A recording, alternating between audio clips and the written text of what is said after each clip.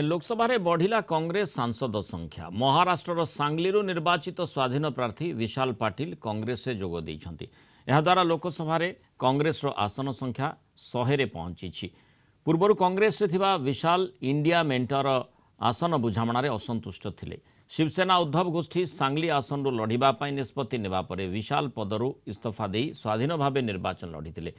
विशाल कांग्रेस रे जोग देबा परे 2014 लोकसभा निर्वाचन परे प्रथम थर पई कांग्रेस 100 आसन रे पहुंची पारिछि। सेपटे विरोधी दल नेता निर्वाचन बैठक पूर्व विशाल को योगदान कांग्रेस को आहुरी शक्तिशाली करिछि। इंडिया मेंट विरोधी दल आसन रे बसिबाकू निष्पत्ति नेइथबा बेले 2014 मसिया परे प्रथम थर पई लोकसभा रे विरोधी दल नेता पद को मान्यता मिलिबाकू जाउछि। पूर्व कांग्रेस सांसद मानिकम टागोर राहुल गांधी को विरोधी दल नेता निर्वाचित करने को अपील करने पर स्वर रे स्वर मिलाई सांसद कार्ति चिदम्बरम। 2024 लोकसभा निर्वाचन में इंडिया मेंट 235 आसन में विजयी होईछि। एही मेंटर अन्यतम सहयोगी कांग्रेस 100 लोकसभा सांसदों सह मेंटर सर्वबृहत दल पलटि।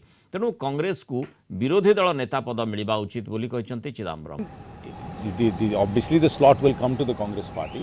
In my personal opinion is that Mr. Rahul Gandhi himself must take up the leader of the opposition on behalf of the Congress party. I think the fact that the common people have been distressed and the common people have not benefited from this government, this president, the government which is the outgoing government, has been clearly shown in the election results.